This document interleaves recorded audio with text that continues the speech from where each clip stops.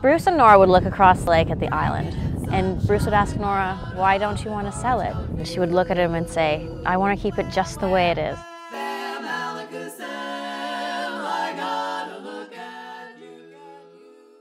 We came to the lake in 1969 and discovered the island 2 or 3 years later.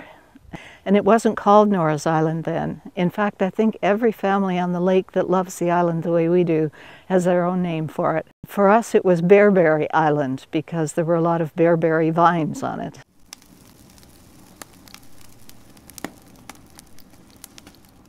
My grandmother bought in August of 1956, and I was born in October of 1956. So we've been lucky enough to be kids up here every summer ever since. You know, when we were little, we learned how to swim up here. I don't remember a time that I didn't swim. Dad said, if you can start the motor, then you can take the tin boat out. So we would go to the island. We would walk around the island for something fun to do. When we were up here during the summer, Dad would go home on weekends, leaving my grandmother, my mom, 4 kids and a dog with no phone, no car. My dad always told us that, and told my mom, he said, if there's ever a fire, he said, go to the island.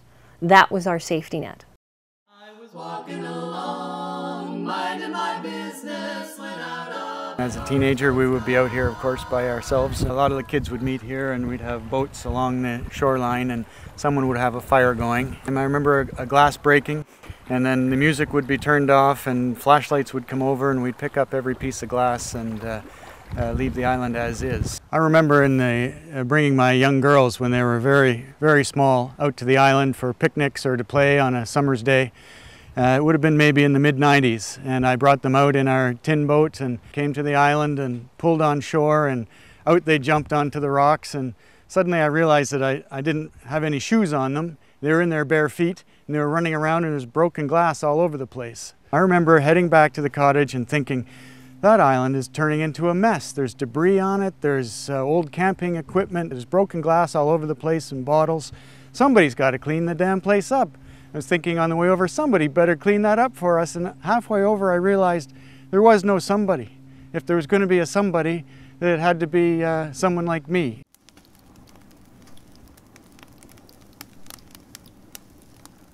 July 23rd, we'd had a fire ban on for almost 2 weeks at that point. The mist was sort of just starting to rise off the island, and I looked, and then I took a second look going, that doesn't quite look like mist. And I went out on the deck and I just said, no, that's smoke. I called our neighbor and I said, Jim, I said, I've made a call and I don't know if it was just mist. Would you maybe go and check? Well, he took his canoe over and he called me back and he said it was a good thing I had called. One look and I yelled timber, watch out for flying flies. I approached the Kennisis Lake Cottage Owners Association with the idea of gathering people together and cleaning up the islands and the public places on the lake. And at that point, the association said, great idea, Jeff, but you got to contact the owners.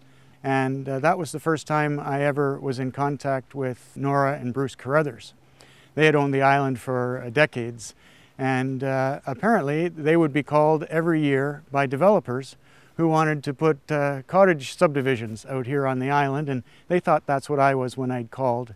And so the initial reception wasn't as warm as I thought it might be. And then I said, we want to gather a bunch of people together and get the place clean so that little kids can walk on it with bare feet. And they were thrilled.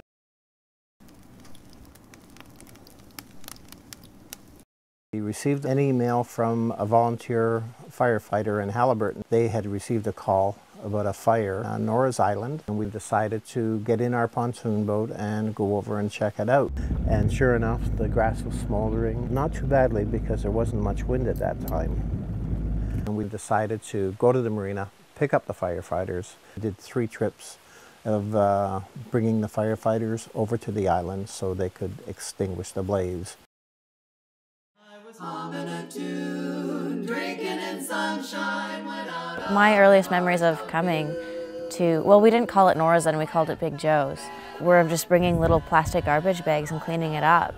And we'd go around the island and we'd pick up broken glass and put it in the back of the boat and take it up to the dump. But we would get to chew on wintergreen. We got to find little plants and blueberries. So that's right. We did a little bit of that. It wasn't just maintenance. We did those cleanups for a decade or so through the mid-90s. In July of 2005, Bruce called the cottage. First of all, the sad news that Norah had passed away in 2003, but that he was thinking that he would like to keep the island the way it was as a legacy to her. At that point, the Haliburton Highlands Land Trust was just forming. They'd just come together and just put their founding board of directors together. The Land Trust decided that it was the type of land that they would like to use as their inaugural project if the pieces could come together. And Bruce thought so too, and so did we at the Kennisis Cottage Owners Association.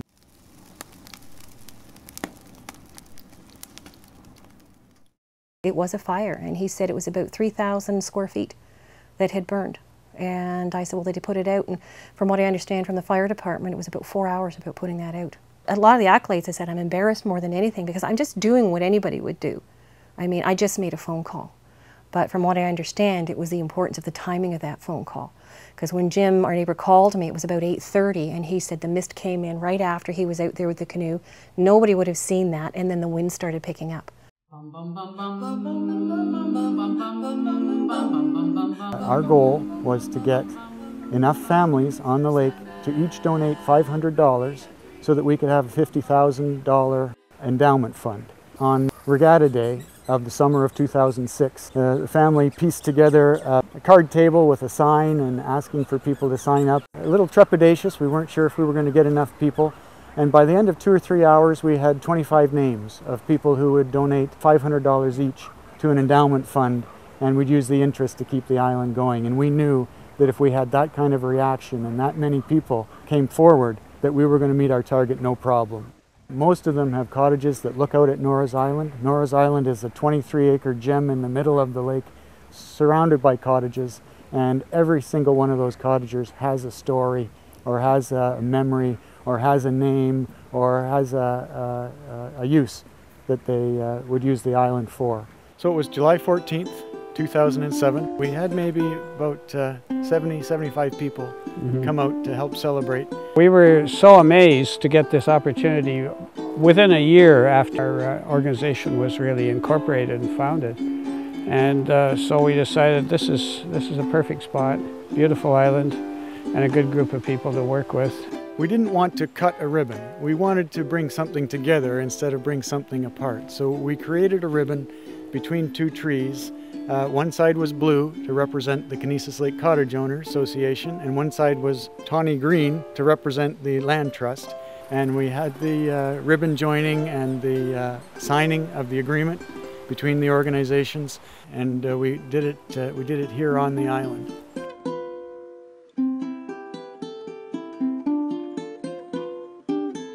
Oh my God, we could have lost that. Norah's Island has had a few names. It's had Joe's Island, Big Island, and now it's permanently Norah's Island, but it's always been there. And to think about that being gone from fire when it was going to be our safety net for fire, you just have to be careful to preserve what we have up here.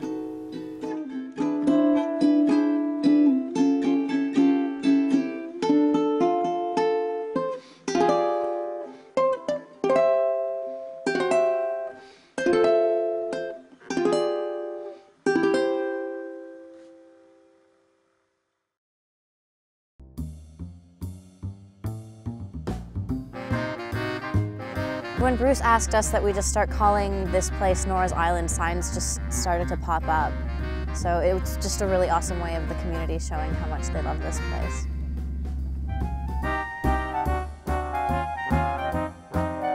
The lake's a really great place because you choose your friends and they stay your friends forever. And my dad would tell me that when I was 12 and I didn't believe him, but he was right.